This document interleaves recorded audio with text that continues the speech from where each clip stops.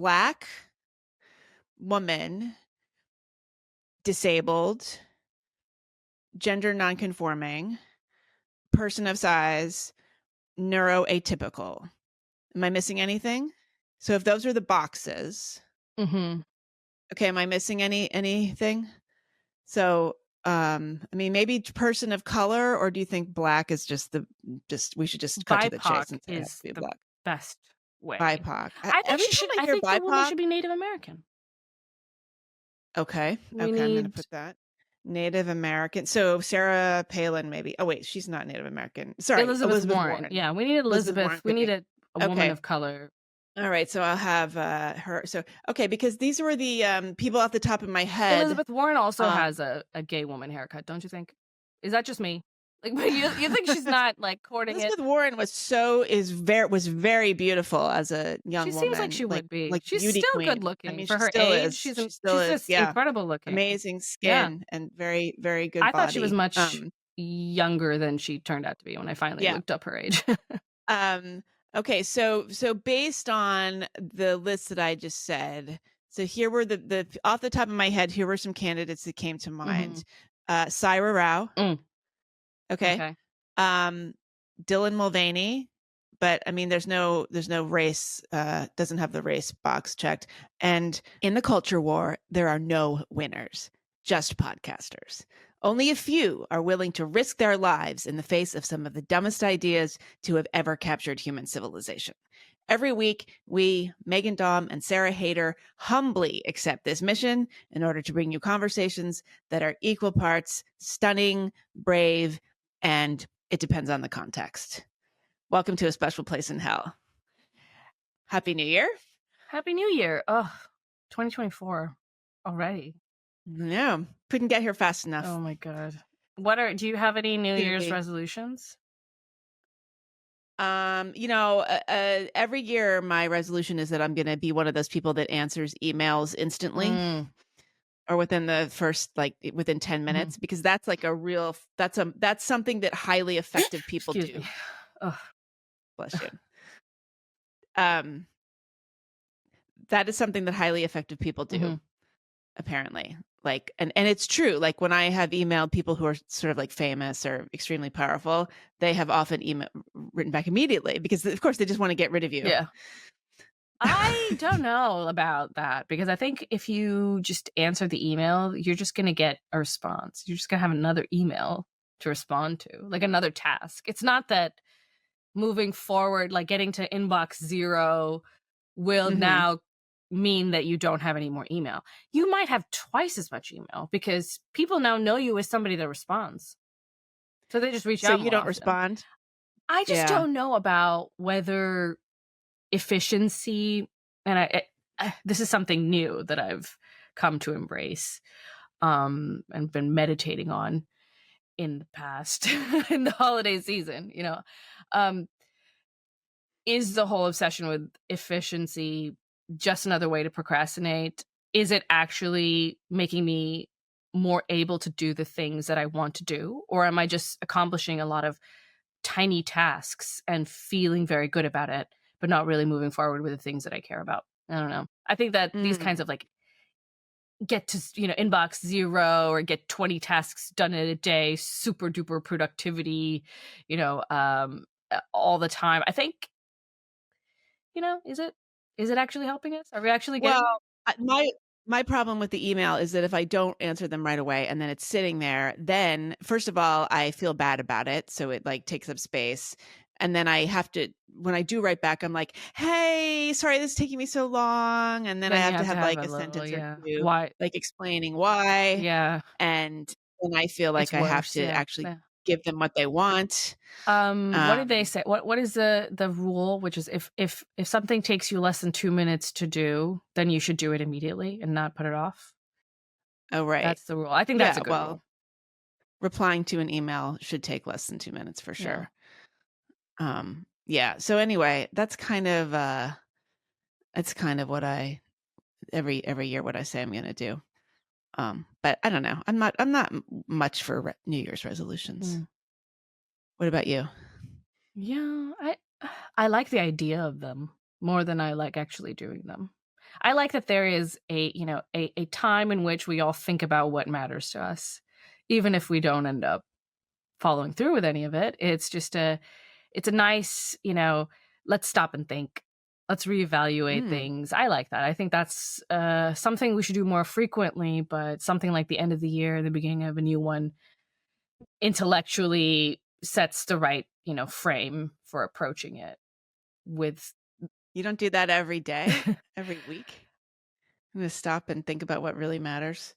I do it with the start of a season for some reason. Seasons also feel like, okay, the fall is coming. The summer's ending and the fall is coming. Yeah. And that feels like, okay, a new start, an opportunity to do something different. But then I don't. I feel like you have it all together. I can't even imagine what you would want to do differently. Really? You're going to hire Penelope Trunk to advise you. You can't afford Penelope Trunk. I can't believe that her apartment costs that much. Well, she can't afford the apartment, so I mean, but probably because of the cascading effect. I doubt she's thinking about managing her money properly. I bet it's like totally within her means. Maybe you could barter money management and life advice. The two of you. Yeah. Anyway, we had her back on. I believe that was largely for paying subscribers only, but it was a great episode again. I thought she wasn't as offensive as before. I mean, I'm a big fan of Penelope, have always been. I always get a lot out of her advice. And this time I think there were so many nuggets of wisdom. Really? You didn't feel like that? Do you remember? Do you want to drop one on us? Which one? I liked the very practical one that she explained to somebody who was asking advice about asking too much questions at work. They felt like when they ask too much questions at work that it actually gets annoying. And people say that you can't ask too many questions, but you actually can. And this person often feels as if they've run into the wrong end of that. And she clarified what a good question actually, like what they mean by that, what they mean by, no, there's no such thing as stupid questions. She was like, there is such a thing as a stupid question. And she clarified that in a way that I thought was very good. And then she also said that person was autistic. She said everybody was autistic. That's the other thing. Even me. I don't think you're autistic. I mean, I took it as a compliment. Oh no, I'm not. Yeah, you're not. Totally not. I wish I were. I'm working on it. I wonder if you can induce it. It's one of my resolutions to become autistic. I bet you can induce it. I bet there is something, because it's a brain chemistry thing, right? So I bet there's going to be a time in which we can control our brain chemistry in that way, and we can mimic autism-like behaviors.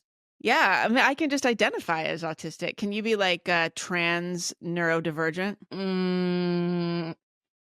Why don't we just start it? And who's going to say I no? I feel like I was, my brain was born in the wrong brain. And I'm actually, I have an autistic brain, but it is inside of a non-autistic brain. Yeah. Yeah, I know. Well, I think you're a little, I don't think you're autistic, but I think you're more neurodiverse than I am. There's something wrong with me is what you're trying to say, which I agree. Sure. You're diverse in so many ways. Beautiful. You only get to be diverse in one way, and now you're two ways, so that's not fair. I have so many ways. I have like 4 or 5 ways. I'm extremely diverse. That you're diverse? Yeah. There's something wrong with me mentally. Then there's the brownness. Then there's immigrantness and femaleness. Oh, yeah. Yeah. Muslim background. That's a lot. You should be the president of Harvard. I know. You're checking all these boxes. Yeah. This is make your move. I should. Honestly, I think you're very qualified. Have they announced a replacement for Claudine Gay yet? How long do you think it'll take them? Not yet. Do you think that it'll be a black woman, or somebody was demanding that it should be on Twitter? I saw that. Yeah, I mean, I think that I don't know. I think it's going to have to be a woman of color. I've been thinking about this a lot. Yeah. So anyway, just to update everybody. I mean, I know this is breaking news on the front of everybody's headline sheet all over the world, but Claudine Gay, president of Harvard, has finally stepped down. She officially stepped down, I believe, Tuesday, right? Just as we were back, January 2nd. I feel bad for her, actually. I mean, I think she should step down. I don't think she should have been the president in the first place, but what a absolutely terrible time this has been for her. Yeah. I feel very much, it's very much the same feeling that I had with Ibram Kendi.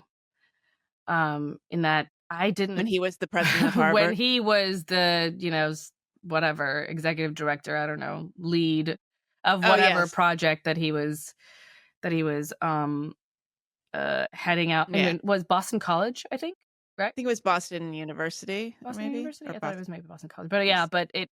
one of the Boston... Not the one that's not in Harvard. Not Harvard. The one that's not Harvard. The other ones. When people say I went to school in Boston. Yeah. Yeah. So he, I felt with him, like, he couldn't have led that kind of endeavor when everyone's, then accusing him of mismanagement and this and that. Like, he was never going to manage well, though, because he didn't get to that position by managing well. That's not why he was given that role. And then to say you failed by this standard that we never even hired you on. We never hired you to be good at this. Yeah. And then you failed at this thing that we never presumed you would be good at. Of course he was going to fail. It's a setup. It's a setup. And I felt bad for him, even though, I stand against everything he stands for ideologically, and really think that his approach to racism, anti-racism, is extremely poisonous. Having said that, it didn't feel fair. Nothing about that felt fair. And I kind of feel that way about Claudine Gay too. And not to the same degree because of the plagiarism. So to some degree, she did know that there was a standard that she was not meeting and needed to cheat a little bit to get there. Did she know it, or did she think this is just how you play the game? Yeah, I don't know. I mean, she doesn't come across to me as like an overt opportunist. Like Kendi is a grift. Or I don't even know if he's a grift. But he's much more sort of ambitious, like with respect to shaping his persona and being a kind of celebrity intellectual. I feel like Claudine Gay was just sort of an apparatchik. Like she just rose up through the system. Why, you don't think so? I guess I would. I don't know anything. I don't know enough about her. I don't know enough about her either. Really? It feels to me that hers was so much more deliberately, that she was crafting a kind of persona, and still is. I mean, so this is me, not. This is when I look at her, I think she looks actually gay, like a lesbian. She dresses in this. Now, way. If her name was not Gay, would you say that? It's just like the gay is sort of directing your attention to her potential gayness. It's the kinds of shirts she wears. It's the glasses, the short hair, the pantsuit. I feel like she's trying to it's almost a uniform that she's putting on, or a costume that she's putting on of a certain kind of very interesting person, and hints slightly at maybe not being your typical heterosexual woman. There's these sort of exactly, like if she were going to be like there's kind of like different varieties of academic women. Yeah. So she could, the other way would be the sort of like big jewelry, like the scarves. Yeah, the sort of like long gray haired, long silver haired with the big jewelry. Yeah, something that you got, and then you say, "I got this in Nepal when you were doing blah blah blah blah." Yes, like some cosmopolitan thing. I know. So I actually like it that she has a more minimalist aesthetic, because I feel like that's a little tired. But there is something about that's misleading, because when I first saw her, like first couple of times, I just assumed she was like gay, probably. I just something about it. I know. Well, I think her cousin Roxanne Gay is gay, bisexual, at least. Yeah, is with a woman. Yeah. So that's incredible that they're related. It's not incredible at all. This is a very powerful family, and why isn't anyone Are you like kidding? calling They're them? Haitian That immigrants. can't be Please, powerful. come on. They Oh came my over on a god. boat Ugh. that they owned. Um, That they owned the company. But wait, I will. Speaking of Kendi, though, did you see his tweets from January 2nd? I mean, this just kind of says it all. I don't know if Okay. did I see the tweets. I definitely saw the screaming about the tweets.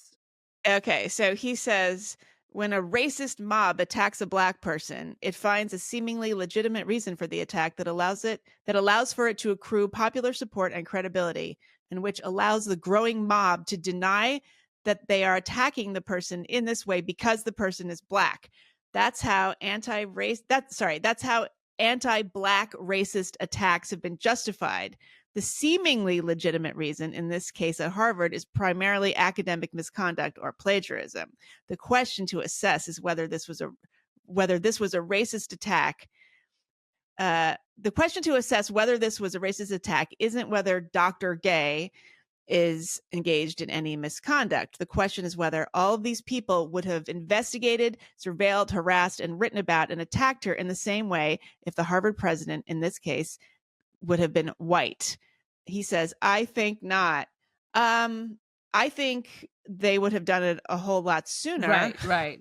He's right that they wouldn't have done it at this point. He's right, though, that they would not have done it, that at this point, if this was a white guy, no one would be concerned that he got there out of anything but merit. They would not be looking into his like scholarship necessarily. They would have assumed that somebody has already done that. So he is right that it is because she is a black woman that people are looking into it now and kind of suspecting that. Yeah. I hate that it was Chris Rufo who brought all this attention upon this aspect, though. I really hate that. Yeah, well, we don't get to choose, you know. Well, I mean, it undermines the whole thing. Right. But then someone else should have done it, you know? I mean, but they're not going to. Exactly. Right. So if he's the one that's willing to do it, then you know, I'm with him, I guess, because he's doing the good work. Make it look completely partisan and like. I mean, well, because if the people who are nonpartisan are not willing to step in, then of course it will be championed by partisans. And I'm not going to complain too much, but I agree with you that it's a bad look, you know. But I'm not worried too much about looks in this case. There's a clear right and wrong, and she plagiarized not only a little bit, but like a lot, and not sometimes, but a lot of the times. There's like tons of evidence. I know. And so she's been doing this her whole career. She's been doing this. And it's not as if it was, you know, she had hundreds of publications and then there were some instances of plagiarism, 10% of it or whatever, but she's just not publishing that much in the first place. Right. If she had hundreds of publications, that might have helped. Right. But, right. If there were, that's what got people, I think, really suspicious in the first place. Before the plagiarism, accusations first bubbled up, I remember people being surprised that she only had, 11, 12 publications or something like that. I mean, I don't know if that is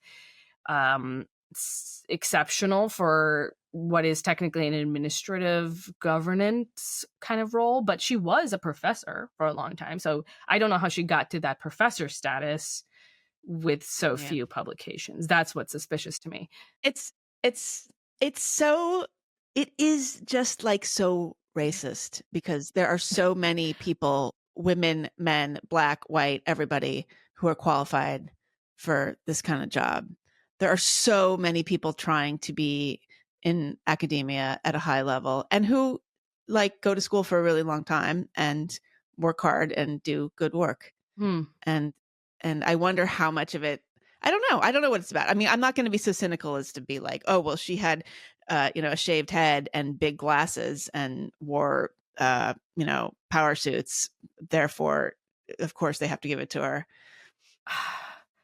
I don't know. I think this is not something that it doesn't make sense to think about this from this top-down perspective.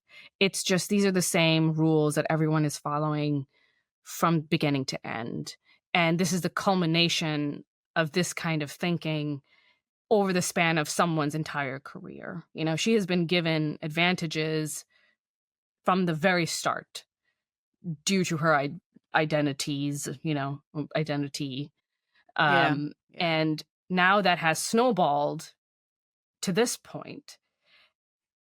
It's not so much that there was one super egregious, tokenizing thing. It's just that there were many somewhat medium-sized tokenizing, racializing instances that got her to this point. And that is what we should be thinking about. And I worry that, there's this like off with her head kind of this fervor to punish her for the sins of the entire academy. This is the entire institution. Yeah. Is involved in a kind of, a competing model. And they need to be held to account. That model needs to be dismantled. Yeah, I think it's really unfair because now she is absolutely the face of DEI fail. Mm-hmm. And she was put there, I don't know about cynically, but certainly opportunistically. Mm-hmm. And she went down because of that. And now this is going to be her legacy. I did, but I was thinking about like, okay, who do you think like can replace her? I was like coming up with a list of qualities that the person might need to have. Okay. Shoot. So I'm going to wonder if you think of, okay. So, I mean, this is just in no particular order. Black, woman, disabled, gender nonconforming, person of size, neuroatypical. Am I missing anything? So if those are the boxes, mm-hmm. Okay, am I missing anything? So, I mean, maybe person of color, or do you think black is we should just cut to the chase and say it has to be the black? Best way. BIPOC. I think the woman should be Native American. Okay. I'm going to put that. Native American. So Sarah Palin, maybe. Oh wait, she's not Native American. Sorry, Elizabeth Warren. Yeah, we need Elizabeth. We need a woman of color. All right, so I'll have her. So okay, because these were the people off the top of my head. Elizabeth Warren also has a gay woman haircut, don't you think? Is that just me? Like, you think she's not like courting Elizabeth Warren was very beautiful as a young woman. She seems like she would be. Like she's still queen. good looking. I mean, for her age. She's just incredible looking. Amazing skin and very, very good body. I thought she was much younger than she turned out to be when I finally looked up her age. Okay, so based on the list that I just said, so here were the off the top of my head, here were some candidates that came to mind. Mm-hmm. Saira Rao. Mm. Okay. Dylan Mulvaney, but I mean, there's no race, doesn't have the race box checked, and Lizzo. Ooh. I think Lizzo could be a sleeper. Mm-hmm. I think because she has black, person of size. I don't know about, she's not Native American, but she plays the flute. She plays the flute. She's actually really good at the flute. Mm-hmm. Yeah. I mean, it's not a pan flute like those. It could be more ethnic kind of flute. Peruvian. Yeah, she didn't make a good choice there in terms of instruments. She should have played it like when the wise man speaks in the movie, and then the flute sound plays. The what? Like in a movie, like when the wise person is speaking, and then they have that South American flute plays to indicate that a wisdom is being. Yeah, she could have chosen a more ethnic flute or instrument. Yeah, but she could probably switch. I think she has the basic chops, figuratively and literally. So yeah, Lizzo. Who else? I don't think any of them are mentally ill enough. I think we need somebody. Dylan Mulvaney? Maybe not. I don't know. What happened to Dylan? Still around. But what? No longer making any waves? Was just awarded a Woman of the Year award, and was on the cover of some magazine as Woman of the Year. Mm-hmm. Okay. I don't think has gone anywhere. But no. So, but Dylan is I definitely there's some kind of neuroatypicality, atypicalness, atypicality. Sure. But good dresser. I mean, has the outfits. I'd say has It's a little campy. I mean, but like in a better way, but in a sort of like Jackie O way, if you were going to do a kind of alternative to the Claudine Gay lesbian, not lesbian power suit. What about Andrea Chu? Andrea Long Chu. Yeah. Great suggestion. Woman of color. Yes. Of size. Might be disabled since the operation to definitely genitally get disabled. her new vagina. Well, doesn't she? So right. Did she get rid of her penis? Does she have a penis and a vagina? Because that is what you want in a. People ask for it now. I saw both on Twitter. It was horrifying, but people do want to keep. People do ask keep for it. Yeah, they'll ask for it. I want to keep my penis, but then also give me a vagina. And I don't know if it's like. I would like to just have a penis like that. I could option, maybe like an option, like if I want to put it on that day, like a piece of jewelry. Am I in the mood for this? You can get like a little packer. You can order something. Yeah, it's to complete the look. Yeah, depending on what I'm wearing. Yeah. So that's it. That's our nominee for president. Well, I don't know. But I was hoping Andrea Long Chu is also a good writer. I think that's really good. So in case anybody doesn't know, Andrea Long Chu is the Pulitzer Prize winning cultural critic who is a M to F transgender person.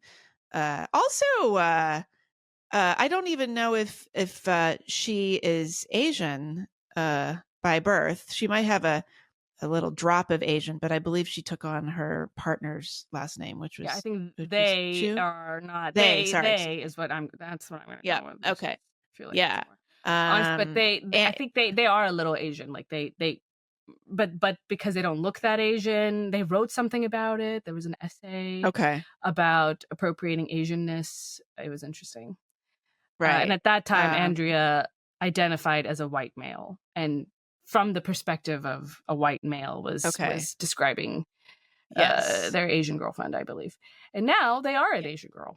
So right, and has written about women as nothing but open, gaping assholes ready to be just holes. Okay, not assholes. Yeah. Just a hole. Sorry.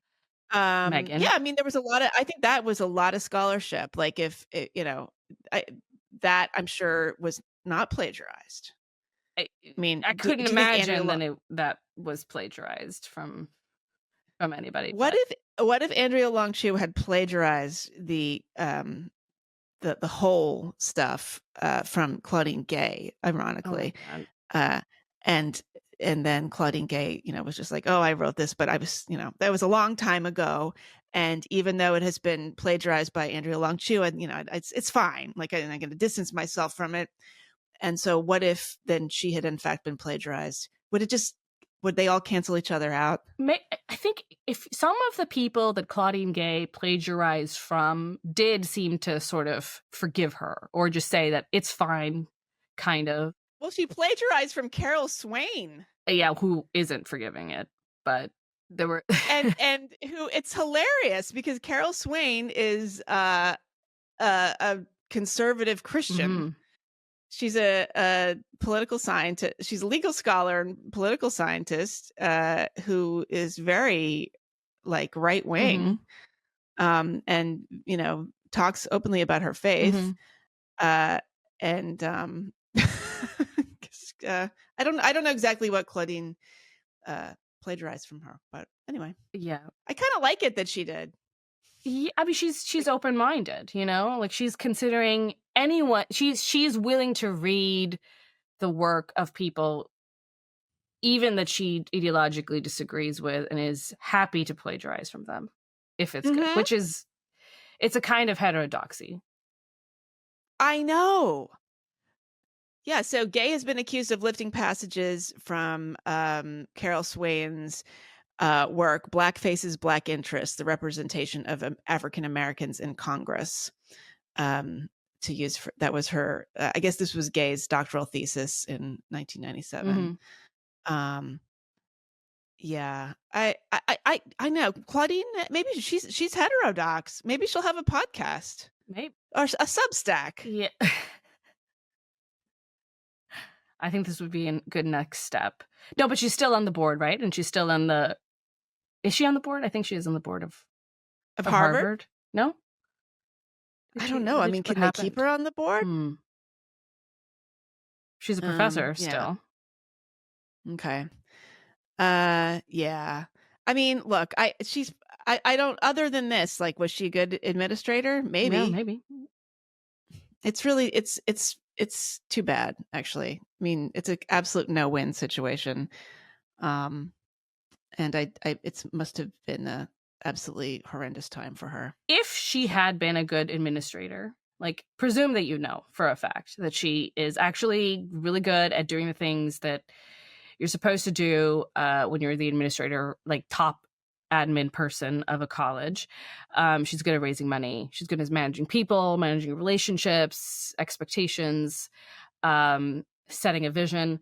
Would it matter that she had kind of faked her way to the top to you? You know, I think if people like you, they will cut you a lot of slack. Almost every time you see one of these people go down, it's because they weren't liked. I mean, you really, it's often you just lay the groundwork for yourself. Like in these cancellation events, it's just like, oh, why did they go after this guy? It's so unfair. It's so unfair. And I feel like 9 times out of 10, it's just nobody liked him anyway. He was abrasive, or just, they're looking for an excuse to get rid of you. I think it's when somebody really hates you that you're going to go down. Like somebody really, really hates. Like yeah, one person in particular. Yeah. It's not so much nobody really cares, but somebody really wants you out for some reason. And they're waiting for the opportunity to just come. And when it comes, they lead the charge. Yeah. But so Wesley Yang made this post on Twitter a couple of weeks ago, but I bookmarked it, which I'm starting to do now. I'm bookmarking things on Twitter, and it's kind of useful. It's a little disorganized, but you have to teach me how to do that. Oh my God, set aside like a couple hours this weekend. He wrote about how he says Carol Swain grew up in a shack without running water with 11 brothers and sisters. She was much fated in academia upon her emergence, but quickly engaged in heterodoxies that got her blackballed, and went on to become an evangelical Christian and a Trump supporter. That's why her outraged demands for accountability for Claudine Gay stealing her work carry no weight with anyone that matters. She lacked the implicit knowledge of how to stay within the right-thinking consensus that Gay learned at Exeter. She went to Exeter. Yeah. And therefore, that's incredible. So did Roxane Gay, by the way. What is the like tuition of, like, how much do you pay? I mean, I know you begin paying. You know what? A lot of Exeter. I mean, there are so many scholarship students. These places are so well endowed now. Same thing with Harvard. We're not. I don't know. Yeah, I mean, they're from apparently very rich family, sort of big industrial concrete mogul family from Haiti, and neither of them. I don't know that they actually grew up in Haiti. Primarily, I don't. Their website says families making less than $75,000 pay no tuition. Yeah, but everybody else. But I'm sure they made more than that. And anyway, the rate for the boarding school is $64,000. 65. So, can you imagine? Anyway, Roland Fryer, remember him? This is Wesley Yang again. Roland Fryer was abandoned by his mother early, and his abusive father was convicted for rape, leaving him to fend for himself in the streets as a teenager. He righted himself and became the youngest tenured professor in the history of Harvard University, a favorite of the then president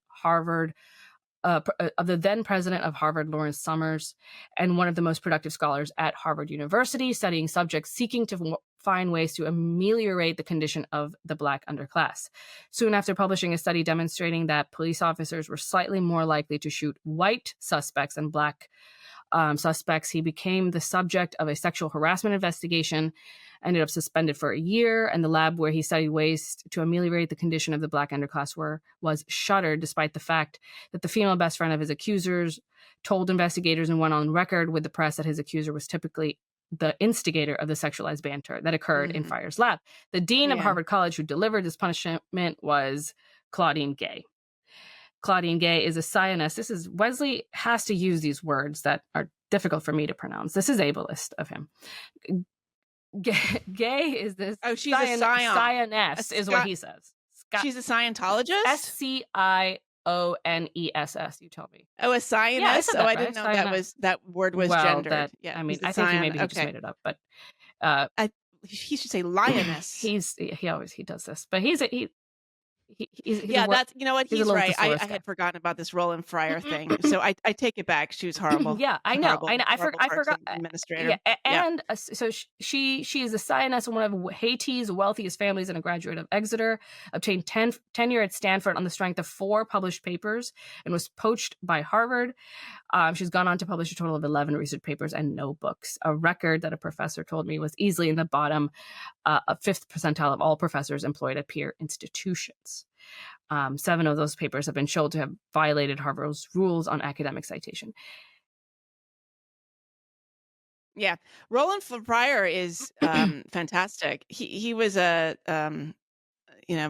protege of Glenn Loury. Yeah, but this beloved by again this man who is also in some ways the recipient of affirmative action policies. Mm-hmm. He seems to be also, though, the kind of person who we all feel deserves it, deserves a leg up because his background really was deeply disadvantaged. Yeah. And then when he makes it, he's not coasting on that. He's producing, he's, writing, he's publishing, he's putting his neck out there and standing up for truths that other people might not be as willing to talk about. And despite all this, he gets shut down. But I think that there were just some people probably gunning for him in the same way that, what we just discussed, that somebody's gunning for you, waiting for something to pop up. And then it does. Right. It's just so incredibly depressing that this is the way that these kinds of preferential treatment, policies end up actually playing out. No, there's no diversity at all. I mean, he wasn't playing the game. He wasn't making the right noises. He did not have the sort of the social capital. But she knew. She had the social capital. Like she has. She grew up in a wealthy family. She went to the right schools. She knew what to say and how to say it. She knew what to stay away from. He might not have known enough that you can't joke this way, because it's just setting yourself up for an accusation later. He's also doing what he feels is important. Right. I mean, he grows up with a certain context. He understands certain realities. And of course, like I would imagine, like if you grow up in that way, you're going to want to do research that like investigates the realities of the world that you grew up in. I mean, this is like Rob Henderson is another one, He's I know a lot of people like this, because I grew up in this kind of, not exactly, Roland Fryer environment, but not a privileged environment. And a lot of people who made it out that I knew, who were friends of mine who went to good schools, they're doing research in the kind of things, that affected them. And they saw the problems that they saw with their own eyes that maybe Claudine Gay hasn't ever seen. Are they succeeding? Are they able to, like, are they succeeding in academia? I don't know how many of them ended up going into academia. Actually, I should look into that. How many of my friends ended up there? Probably nobody did, because I think there's definitely, it's definitely hard to make it into academia as a low income or even middle class American, unless you are basically, you have to be Black or Native American, maybe Hispanic, and then you can get it. But it's hard enough just to get into a top 20 school, unless you are, unless you are Black, unless you are Hispanic, the right kind of minority, I guess. And then on top of that, to get a position, a tenure track position, a true academic position, I doubt it. All right. Well, but I think you would be a good candidate for Harvard president. Me? I'm going to say, I'm going to say it's a toss up between. I think you should. Why not? He's too cis. I think cis. What do you mean? I'm saying, but you're a. Look, I think it's a toss up between you, Andrea Long-Chu, and Lizzo. Okay. I would like to see that committee. I would like to sit in on those interviews. I wouldn't like to be a fly on the wall. I don't think I'd like to participate. I don't think I can beat those two. I mean, I nominated Andrea Long-Chu, so I know. that's where my Right. vote So goes. it's very magnanimous of you. Do we want to tell our listeners anything that they should be knowing about our show Subscribe. going forward? A Subscribe, special please. place.substack.com. We also have a Patreon, so you can Google us and find us on Patreon. I think the Patreon should be a little bit cheaper than the Substack by like $1, but you don't get access to the Substack community. So the best way to get the full range of benefits that we provide. Yeah, you don't get your questions answered by That's right. Penelope Trunk if you're only on the Patreon. Yeah, and you don't get to leave mean comments for us to read occasionally. So a special place.substack.com if you want to do that. And rate and review us, please. There's lots of mean comments all the time. Like somebody will just get really ticked off and say something bad. So please offset that by saying something good. 5 stars only. Okay. Thanks. Yes, thank you. Okay. Yeah, so I have like gotten into this. I really went down the hole, so to speak. I'm not going to say the rabbit hole because that's such a cliche. Every time I'm about to say it, I said, don't say that. I'm going to say the Andrea Long hole. The gaping hole. Gaping. Sure. The gaping Long-Chu hole. Okay. Yeah, so I've been saying for a while that I've been trying to write an essay about like this trad stuff, and it's hard to put my finger on it. Because this discourse around whether or not you should settle down early, family life, how having a family is healthier and wealthier than delaying that or not having a family. I find it totally fascinating because, as I've said before, I'm broadly sympathetic to it, even if I am personally aware that it would not have been the right path for me. I think it's the right path for most people, not everybody, most people. So, I spent like I gave myself an entire week off over the holidays just to write, which is, by the way, do not recommend. Do not. I don't recommend it. It was. What were you doing? You were just like trapped in a room. Yeah, I mean, I was like, well, I mean, I was at home. I didn't go anywhere, but I did not have any podcasting duties. I did not have any other, like any of my other jobs. I just, put them on hold for a week. And it was kind of hard. It was kind of an emotional, I remembered why I haven't been writing personal essays for the last couple of years. Cause it's, it's kind of intense. But I started digging around with all of these like trad posts. I mean, I was particularly interested that there's a certain brand of kind of business influencer, business bro, wealth influencer who's really into like telling men that they should wife up, and the best asset for your portfolio is a great spouse. Like, what? If you want ROI, return on investment, the best ROI is a good partner, is a good spouse. And I don't know. There's a strange thing going on with the way that men in particular are fetishizing the trad thing. There's a kind of trad dad fetish. Yeah. And I wonder if you've noticed this and what your thoughts are. I mean, they're not, it's like a sort of micro phenomena online. Definitely. Yeah. And I think what's interesting about the trad world on the whole is that it just doesn't seem to me that a lot of people who are participating in that kind of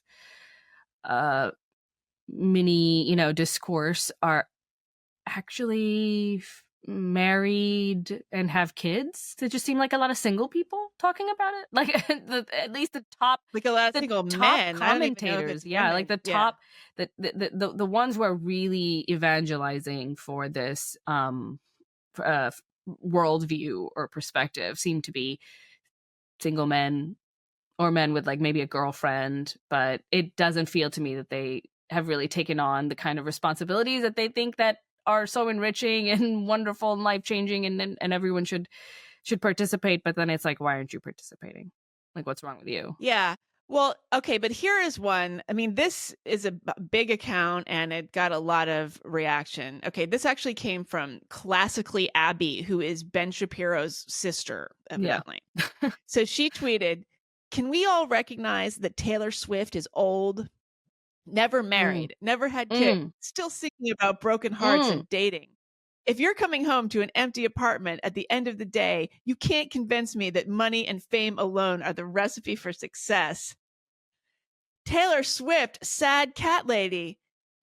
That's me saying that. She is so right. Finally, someone said it.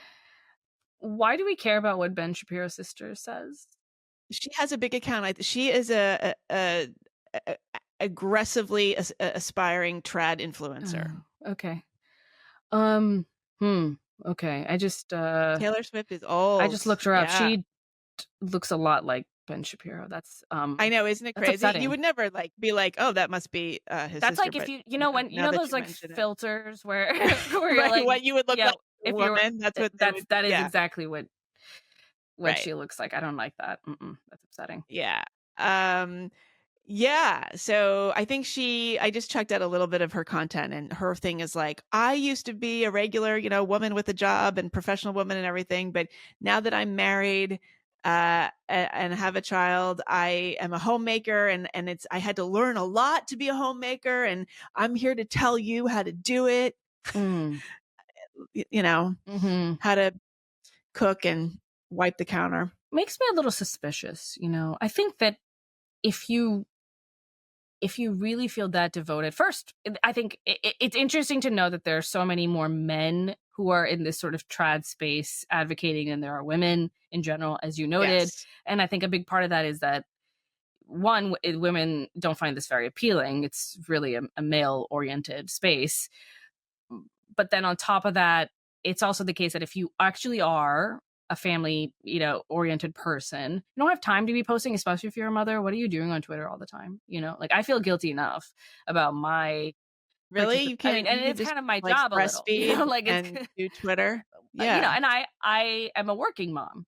I'm not a perfect trad, stay at home and do nothing but make sandwiches and wipe counters. I have a job, and I feel very conflicted about it. But I also don't understand how someone has a time to do the kind of things that she's doing, and also be as perfect of a homemaker as she claims to be. Well, that is her job. She has a job too. Yeah. It's being an influencer. Right. I'm always very suspicious of these influencers who pretend to have this like amazing family, perfect routines. And, I remember I was watching a video about this, a couple of weeks ago, maybe a couple months ago, that was going viral.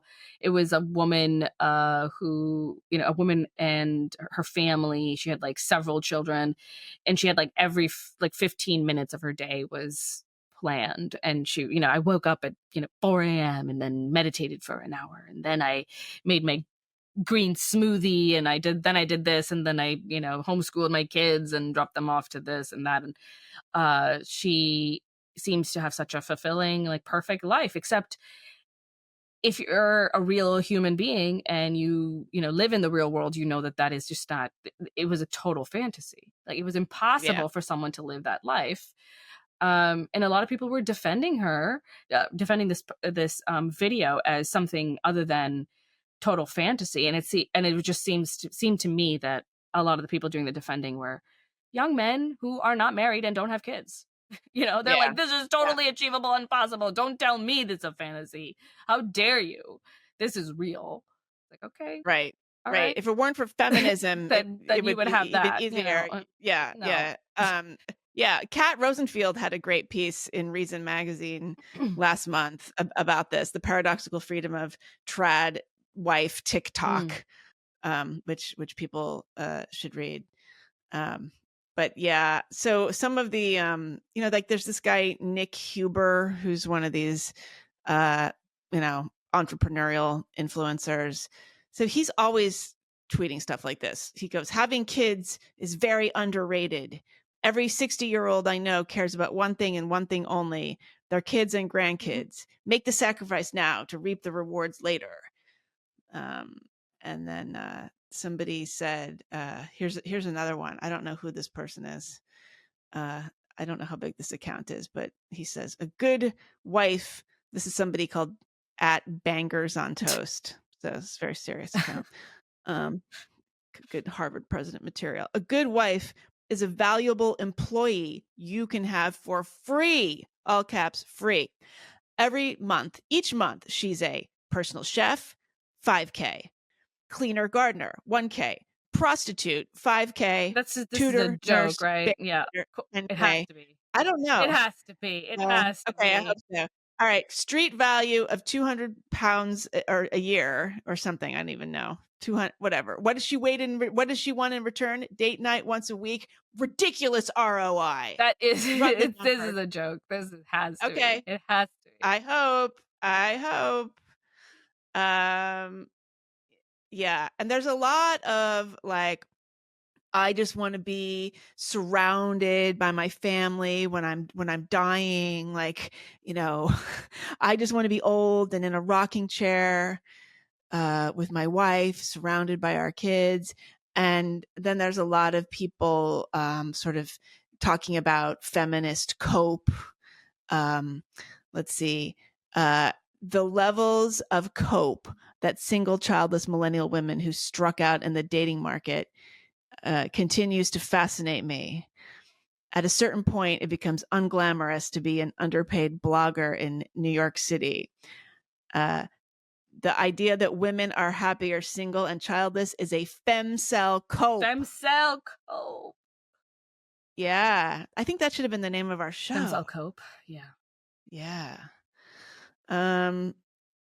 So here's somebody else. Oh yeah, this person was responding. Yeah, I guess this woman had made a video of herself baking, and she had rather large breasts, and but she was just wearing a regular shirt. She was not dressed provocatively. This guy says, answer 2 questions. What's your body count? Have you been raised up by a traditional loving mother and an alpha male father? So like there's this weird overlap between the entrepreneurial influencers and this kind of incel, very angry, misogynist, body count obsessed, obviously like porn addicted, actual incel. Yeah, what I find really disturbing and disgusting about some of these guys is that it's clear they get a lot of their understanding of women from porn. I've run into this many times where they'll be talking about, you know, beautiful women, some particular beautiful woman, and somebody will say that, you know, her body count must be in the hundreds, thousands, whatever, you know. Thousands. But you know, that it must just, they think that if you are a beautiful woman, you must necessarily have slept with tons and tons of people, because that's what you would do with your beauty. That's what you would do. But that is such a it's so stupid, self-absorbed. Like it's such a male way to view. Well, that's what they would do. Like they would imagine if they were hot, they would just that is what hot men do, right? Like not all hot men, but many hot men do actually sleep around a lot more. But that's not hot women. Hot women don't do that. The hot women do the opposite. I think it goes the opposite. It's the opposite. Promiscuity levels rise with like basically BMI, like within a certain window. I mean, after a certain point, it doesn't. It would go down. Right. But yeah, there's a yes. Right. Yeah, of course. Because exceptionally beautiful women do not sleep around. They don't. No. They don't have to. They can get everything they want, which is not sex, because they're not horny teenage boys. Like they're not. Yeah. You know, it's not sex. They want attention. They want security. They want, you know, praise, whatever. But they get all these things without having to put out constantly. They don't. You know. I mean, even my phrasing sort of reveals kind of a feminist perspective, having to put out versus, you know. Right. Well, I mean, they are conserving their resources. I mean, there's a very obvious evo psych logic that can be mapped onto all of this, obviously. You know. But I mean, but it is almost like this has become a porn genre, the trad wife. I mean, I've seen like AI generated imagery of like this beautiful, milkmaid out. Like there's something extremely beautiful, like bucolic setting, and there's like a, lumberjack looking guy chopping wood, and his like beautiful, blonde damsel is like nursing a baby, and she's like gorgeous and hot, and then there's a toddler at her feet, and one at her breast, like, one at the feet. yes, yeah, and like it's like some of this is AI generated, but then there's also just like stock imagery. I saw one that it was like this woman, and she's like lying on a bed, and she's got like a lacy bra. She's like perfect body. I mean, she's a model, but she's like nursing one baby, and then there's like four others, sort of stair step, ages. Like there's one that's 2, that's 4, that's on the bed, just having this like beautiful family experience, and that is just clearly porn. Yeah, like somebody ordered that up. Yeah. But I do think it's interesting that these guys are they want so badly this kind of like family unit, or they think that they do, and it has been incorporated into a sexual fantasy. And I guess that speaks to just how far we've come from the family unit as any kind of default setting. Right, that it's exotic. It's like Right. Like, this is crazy. Yeah. I imagine the most outlandish thing. Because your sexual fantasies are often things you would never want to do for real. Yeah. Oh, that's sad. That's sad. Yeah, and I mean and also like they're so angry, and it's a direct result of the feminist rhetoric that was dominating 10 years ago. It's just the same thing. I mean, it is the male version of that same extreme anger. All women are suck. They're all whores. They're all on OnlyFans. And this is like the kinds of things, the feminists throughout the aughts were like, toxic masculinity, and these guys need to shut up, and it's our turn, and they're worthless, and we don't need them. I mean, these things just play off of each other. They do, yeah. And there's going to be some kind of a response to this in 10 years that we'll see. But I do think that to some degree it has nothing to do with the political like discourse at all, or social discourse at all. I think some of it is just a reaction of, this is the way we live now. This is how isolated people are from their communities, how much time we spend online in these like fake LARPy realities, and how easy it is to confuse that for the real thing when you just don't get enough of the real thing. And you have no, I feel like they can't, it's so, they're so separated from anything close to that fantasy that they, desire so much, that they cannot see when it's obviously fake, which elements of it don't smell right. They don't have an intuition for that because they just never have experienced anything like it at all. So something can be totally absurd and they would not be able to sense that right away because they've never been near it. They've never ever been near it, and they have no idea what the kind of demands a baby, requires from a family. And it just must mean that if a woman has just given birth, 5 months ago, she's not going to look like a supermodel in a bikini. Oh, come on. If she works out hard enough, if she works out and she, doesn't eat carbs, these women are just lazy sloths. But they have no idea, they're just so separated from it. And it makes me sad in the same way that online tankies, those communists, fake communists. What's that? You never encountered? You've tanky? Tanky. I don't know what that term is. One of those very radical online communists, like Antifa types. Okay. They are uniformly losers. It's incredible. It's like they have like a cartoon avatar or something. Their avatar is never their faces because once you see their faces, you know why.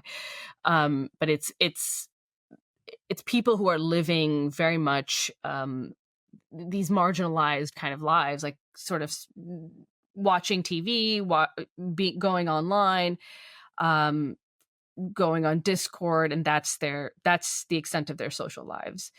It's really incredibly sad. Are they actually Antifas though? Are they actually going out on the streets and Sometimes fighting, it gets or to is that this a point separate when group? they get delusional enough, but it takes to get to that point of online tankyhood. I think you have to be just really, really isolated, really lonely, lacking real life connection and friends. And so you adopt these radical politics, and you know that they're fantasy politics because they're so divorced from the reality of what socialism actually is, especially in the countries where they have no idea of what actually happened. They just absorb this extreme propaganda willfully. It's not even that they were fooled by it. They're not being fooled by it. They want it. They want an escape. And these kinds of radical politics, which are not real to them because they're sitting there in their mom's basement in Des Moines, they're never going to see it. They're never going to see socialism. They're never going to experience like full-blown communism or anything like it. They have no idea of what that might actually do in the real world. And I think it is the fact that they know this, that they're free from that being a reality in their life, that they can take it in the way that they do, as lightly as they do, and it can be just a vehicle for enjoyment and sort of a kind of strange gratification because it's just in the realm of fantasy for them. And I think that there's some of this online trad, beautiful woman in a dress in a field and beautiful, gorgeous blonde babies. I think a lot of that is similar. What you said felt to me to be really sad and true, that it's just not going to be their reality, and it's so far away that they can fantasize about it in the stupidest ways. Yeah. I don't know what the solution is. Touch grass. Yeah. Touch grass. Go outside. Go outside, get a hobby that forces you to interact with the real world, do things with your hands, form a relationship. They do things with their hands. Oh God, Meghan. Don't worry. But I think that's what it is. It's just a disconnect from the world as it is, from real life human connection. And they need to just get out there and do the painful thing and make those connections again. I wonder how much of this is asking too much, because there are so many things that we just took for granted because they were already there. They were just there right in front of us, or we had no choice but to participate. You had no choice but to touch grass. You had to, Wait, what do you mean? What do you mean? Like in the past, people just had to get married and have kids? Yeah, I mean, you had to, but there are also nothing. You can't just be sitting at home, watch TV all day. That wasn't, Well, that was truly depressed. I mean, yeah, there were people who sat around in their houses, and in one reclining chair with the TV channel never changed, just accumulating stuff around them. Now we have so much. Mental illness. Now we can work at home. Now we can do everything, that we need to do at home in front of our computer. We don't need to leave. And it's not, sometimes it's required. Some of us are I am working from home. I'm in front of my computer all day. I don't have to go outside. I don't have to even go shopping. I can just order everything, order food, order delivery. You do that? I feel, okay, is that good or bad? I feel like that's bad, but then I just to the point, like I do go to the supermarket and I don't want to say a panic attack. That's an overstatement, but I just get like, I have to leave. I think all of these conveniences are short-term goods, and they feel, and I don't think we should be ashamed to take advantage of them. However, cumulatively, they are destroying our sense of, time and community and our connection with the world. It doesn't happen overnight, but it is happening, and it's happening because of these conveniences. I know. Like you go out shopping, you might have to have a conversation with the cashier. You say 2 words to them, maybe a little bit more than that. Maybe often they're very friendly. Right. Maybe something happens. Because if you go to Trader Joe's, they are actually required to ask you how your day is going. So, Yeah. I have, there's a cashier who's there. When I go to my grocery store. I go in the morning and there's this one guy, and I don't know if he's making it all up, but maybe not. But he has this whole story of his life and all the things he's done. And he lived in Islamabad for a while. And so that's why he knows Urdu, and he kind of does. He can kind of speak it. He's just saying this to you? He's saying it to me. Is he a white He's guy? a black guy. And he's really chatty, and he has all these jokes, and some of them are very like adult, but they're hilarious. I don't know. And he kind of lights up the line. You know, we're all just experiencing him and his stories, and he has all this to say, and he's like throwing all these jokes, you know, like a little stand-up comedian, you know. Oh yeah, I like that. I like this. I like when I see that. Yeah, and it just it feels just for a moment there that we're all experiencing something together. It's this performance of this guy, enjoying him, and it's a tiny little like blip.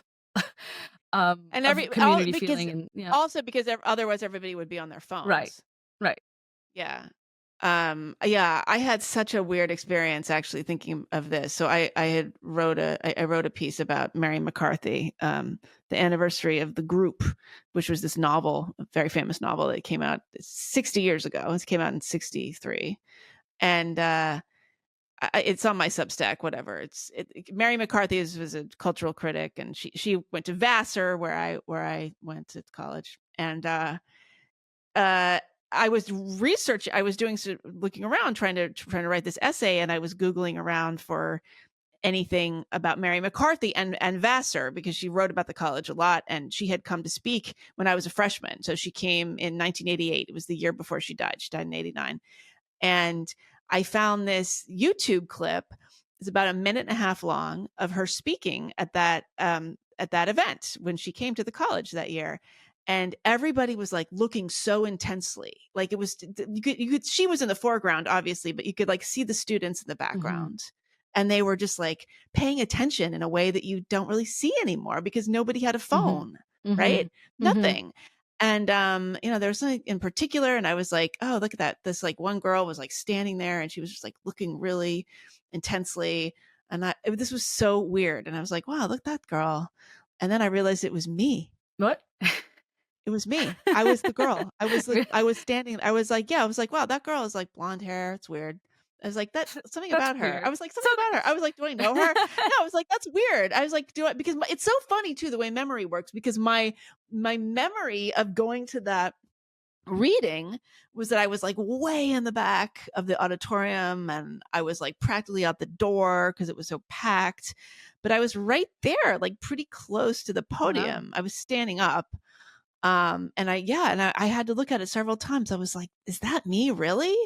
And cause it's like, a little bit fuzzy, it's in the background, but I was like, yeah, it was totally like my body language. Like, and it was definitely me. And it was just such a strange thing to see. But what was really striking about it was the level of attention, like on the speaker.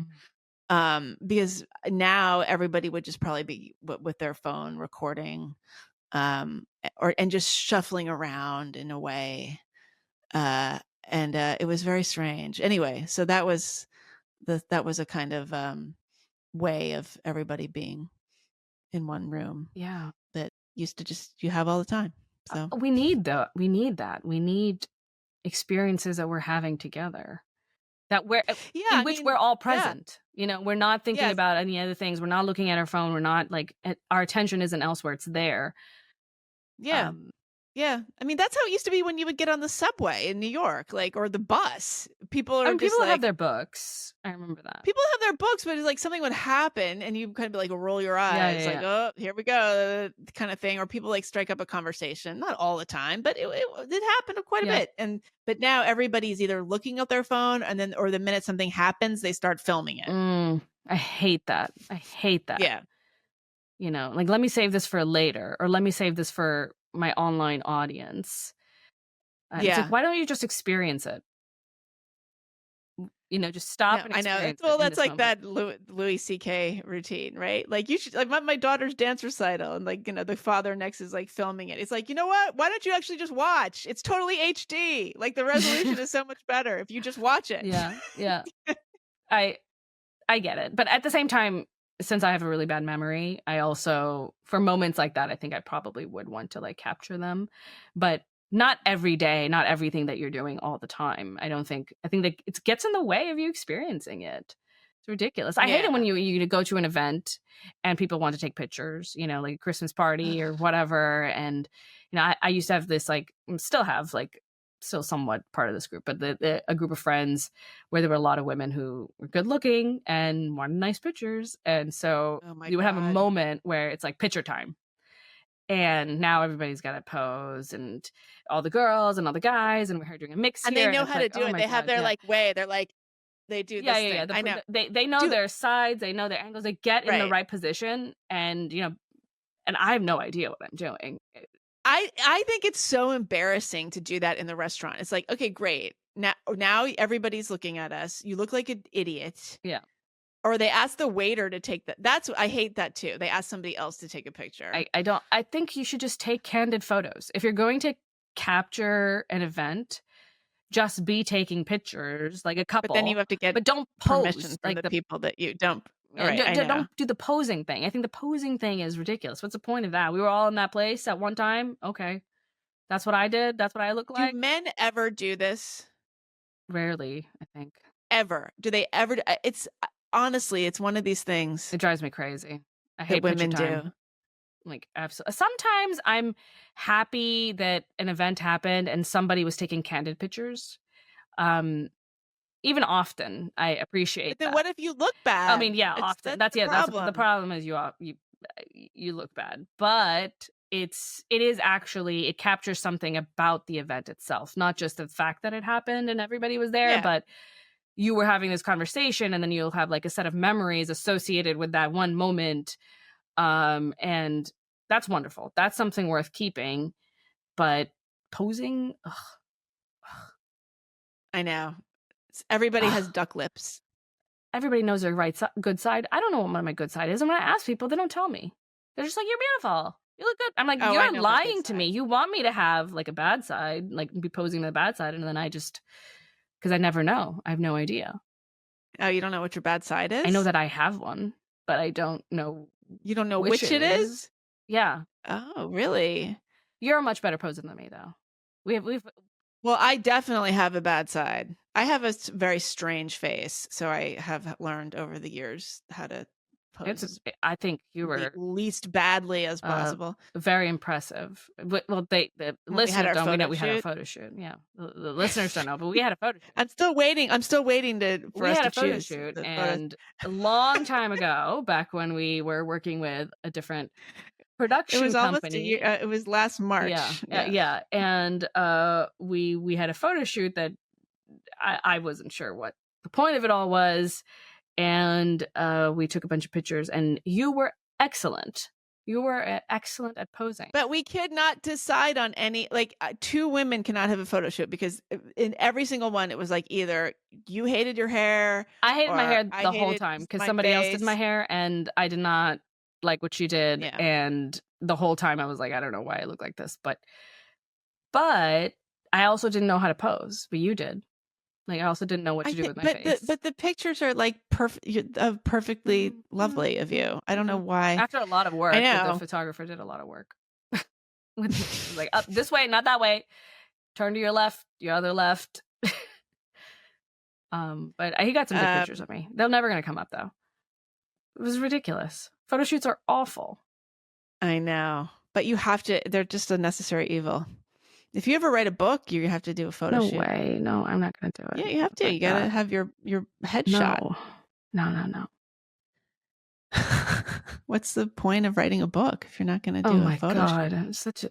What a drag. I can't believe it. I know. I mean, I did get one picture, one professional photo in 2017, and I've been using it ever since. Yeah, that's my one. No, that's cute. Yeah, you have good photos. Yeah, it's strange. I mean, it's weird too with the digital thing, because you can just keep doing them over and over again. It used to be that you didn't know what you looked like until the whole thing was done and there was a contact sheet, because it was film. Yeah. And it was limited. They couldn't just take 5,000 pictures. Yeah. It would take 300. Yeah. Anyway, all right. Is there anything else we want to No, just touch on? We're gonna see who. How long do you think the interim Harvard president will be there? It's just gonna drag on and on. I can't imagine. I think they're probably panicking.